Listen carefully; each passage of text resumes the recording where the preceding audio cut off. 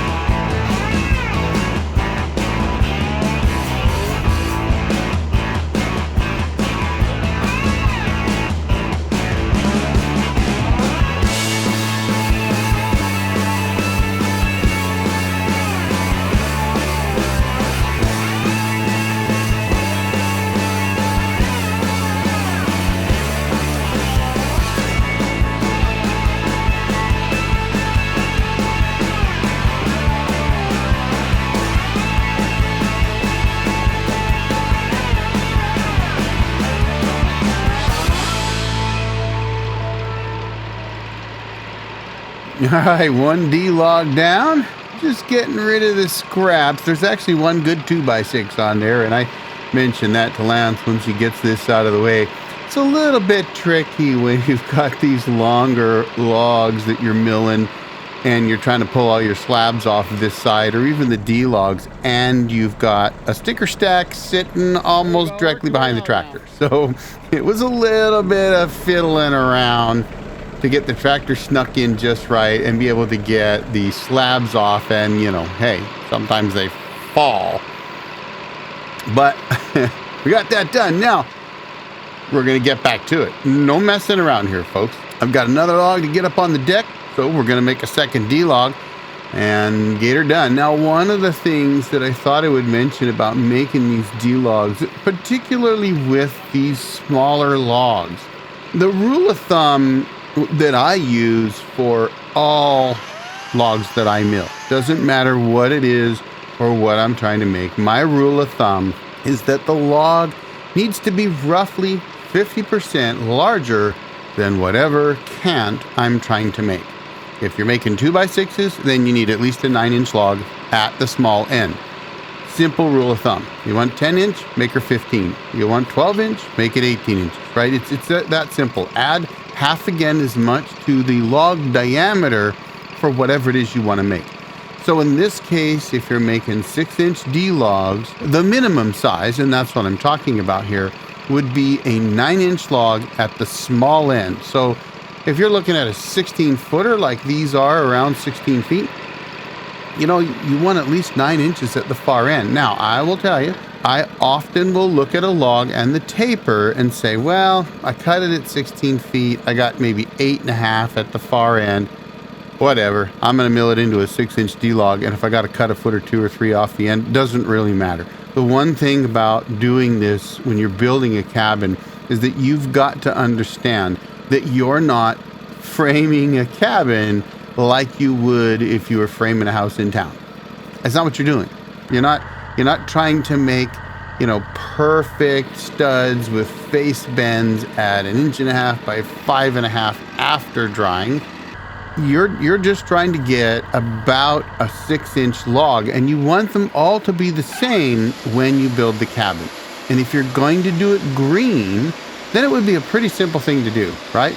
You make 3 cuts or whatever you need to do. Sometimes, like these logs, you can slip in a 2x while you're at it. But otherwise, you're going to go in, take that first cap cut, roll it 90, drop her to 7.5 inches, which is what I'm doing. Take that cut off, roll it 90, take the other side off, get it off the deck and move on. And you could go directly from the sawmill to the cabin that you're building. You literally could do that. Obviously, the only challenge with that would be that if you didn't have enough logs already stacked up and ready to go, which clearly I do not, well, you better be pulling them out and getting them done right away. Otherwise, your logs aren't going to dry at the same rate. And you really do want them all to dry about the same by the time you build it. So if you're going to build green, you want them all green. If you're going to build dry, you want them all dry. Now, that's just my philosophy, but what that does is it allows you to be consistent.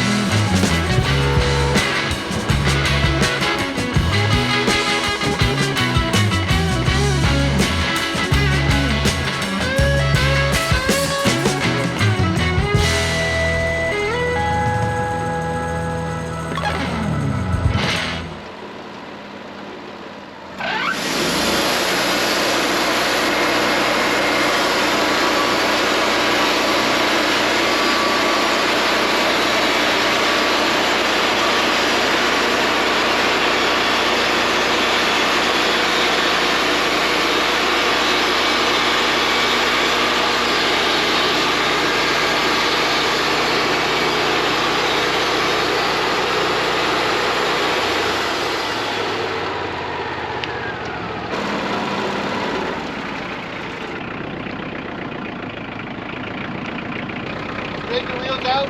Yep, okay, funny.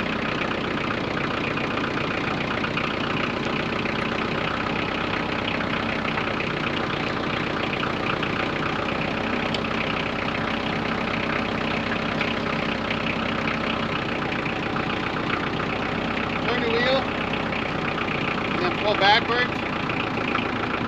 There you go. And straighten up. Go the other way.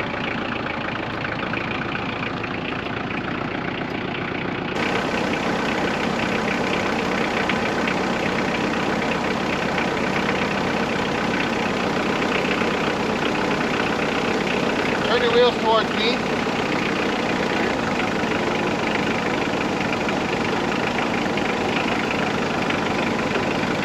Good. Good.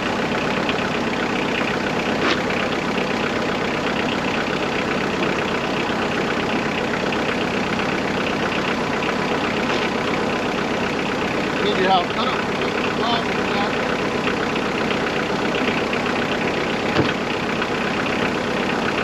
All right, there we go. A couple 6-inch D-logs. And again, for those that are wondering what a D-log is, there's your D shape. So, and I cut these 6 inches deep and I go 7.5 this way. That generally gives me that 6-inch face here that I'm looking for. So that tends to work pretty good. There was movement in this log, I'll be honest. On the log cabin, I'm not too concerned as long as it doesn't move too much. The heart's a little bit off, and on these smaller logs, this is gonna happen. It's just tough to get a log that's gonna be 6 inches. Your face isn't 3 inches away from here. So it is what it is. That's the way it works out. And sometimes they dry perfectly straight. Sometimes, well, they don't. And when I make them oversized like this, 6 inches is oversized in the sense that I'm going to use 5.5 in the end. I'll just remill them if, you know, and honestly, that's a crazy way to do it. You'd think, well, why would you do that, Eric? It's just because with this smaller wood, these ponderosas and these Doug Firs, no matter what I do, I find some of them move. And so I'm either going to have to remill them into something else, or I'll just remill them into 5.5-inch D-logs, which is what you would get if you were to buy 6-inch D-logs. So we're up another course. So we got 1, 2, 3 feet now. Not bad. Well, we're missing one side still, but not too bad. This one turned out pretty good. Another nice D-log. You'll notice that it's sitting up above this one. That's just because of the stickering. You know, it's not even. Now, one thing that I was going to mention, you probably didn't see, but there's a lot of blue stain here on this pine. So if you put felt on top like this, and you don't sticker the felt over the log, you're going to get blue stain. That's going to happen. However, honestly, I don't care a whole lot. It's not going to hurt the structure of the wood, and that's going to be hidden. I might get some blue stain on the inside wall. That's okay. It doesn't bother me. So not a big deal. We'll cover these up again. I'm just using scrap felt that I had from the cabin build. It just helps keep some of the moisture off of them. And by the spring, they'll be plenty dry. So, and you'll notice some of them are over. This one's almost 16 feet. Some of them are 12, some of them, whatever. It's just what we could get out of them. So it worked pretty good. I'm pretty happy. Those went pretty fast. I did make 1 2x6 out of each of them. The last one had some wane on it, but it's gonna be fine for blocking material, that kind of stuff. So I can always use it for something. I did kind of cut a little bit deep, but it's winter, it's cold. I'm not worried about it. I got more logs that I got to work on. So did I lose maybe a 1-inch board out of there somewhere? Probably. Don't care. It's all right. I'm good with it. But I was going to talk a little bit about cold weather milling. That's not the purpose of this video. It's a D-log video, Eric, but I didn't use a whole lot of my lube there. But I'll tell you, I didn't really have too much of a problem with buildup on the band. Same exact band. I didn't change anything. You know, folks, there's a little teeny bit, actually it brushes right off. Look at that, see, it just brushes right off. So perfectly clean. I did not resort to use diesel, I just used my lube. I think that those fungus killed logs, they just were horrible and it just built up on those. So that happens, but as soon as I went to a much fresher, good log that was perfectly fine when I fell it, hey, you know what? Band cleaned off. I barely used any lube. I started, I think, with about 1.5 gallons of lube in there, maybe 2. and I still got probably a gallon in there. I didn't really use very much. It's running fine. Now, I had a little help with the snow. So, and you know, a lot of guys probably, I've had comments, you know, put a shed over that sawmill. Well, this sawmill's lived outside for 8 years, 8.5, almost 9 years. You know what? It's fine, but I do put this stuff here. It's 1-inch flex duct. So I will come and I will treat this rail here and get this all lubed up real nice, and I'll get everything cleaned up. I'll blow the sawdust off and pull the band off and get that out of here, and put some stable in the gas, maybe put some more gas in there while I'm at it, put some more lube in there, have it all set up and ready to go for my next trip out here. It might be 2 feet of snow then, but you know what? We're gonna keep on milling, folks. We don't stop just because it gets cold out or it's a little wet, or you know, a lot of guys won't mill in the rain or if it's a little slippy out or something like that. Hey, you know what? Sawdust is a great anti-skid surface. So that sawdust right there, that makes it really easy to walk on. You know, slipping and sliding all over the place. But we'll say this, it's hard to keep the deck clean. And one of the challenges for milling in the winter is this stuff right here. You gotta be careful because this can lift up your log and cause you to not mill straight. And so usually you'll see me clean those bunks off. If I'm rolling them, it usually isn't an issue, but I might have got a little bit underneath there. But again, it's a D-log cabin build, so we chink the holes, folks. We're gonna make it work. It's gonna work fine. So I'm gonna get the mill put away, and we've got a couple more things to do to clean up, and then I'm gonna call it good for the day. So I'm gonna drop another video right here for you guys to check out. And I'm gonna take off because it's Bourbon 30. And you know what? I'm gonna grab one of my Bourbon 30 glasses, and there's a link down below to those. They're cool, I love them. I'm gonna have a bourbon tonight as soon as we get the mill put away. So y'all have a great day. The old jarhead out.